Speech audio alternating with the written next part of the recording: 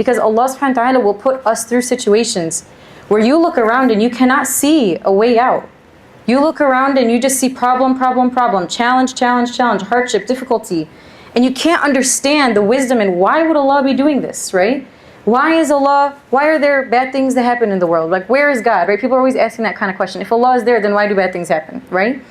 But subhanAllah, this concept of tawakkul and yaqeen that Hajar alayhi salam has gives you the ability to see what your eyes cannot see. It's an insight instead of just the sight, right?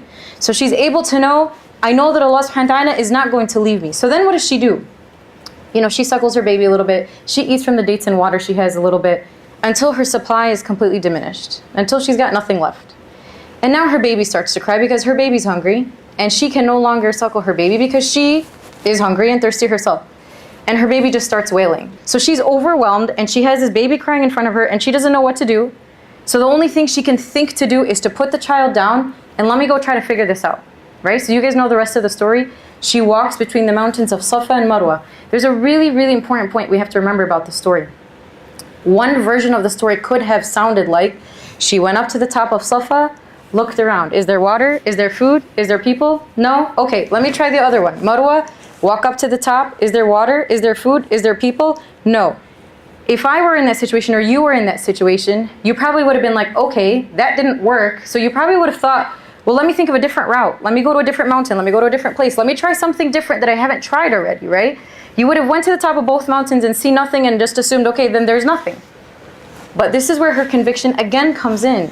And this is also where what we call this concept of husn al-dhann billah. This concept of having good assumptions of Allah.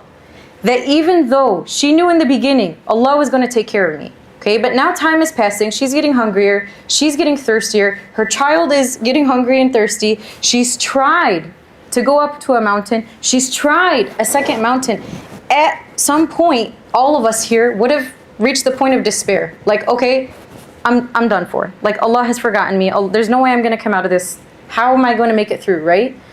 But then her conviction in Allah and her husn al-dhann billah, the good assumption that she continued to have of Allah, despite the fact that her situation was not getting any easier, it was actually getting harder. But she stuck onto that conviction that she had in the initial moment. And that's why she goes 7 times. Like you would expect, like, okay, lady, stop, it's not there.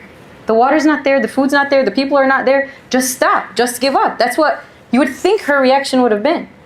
But because of this husn al-dhann billah, this true, strong, good assumption of Allah, she didn't know where the help was going to come from, but she knew that as long as she continued to strive and try and do her part, that Allah was going to show up for her.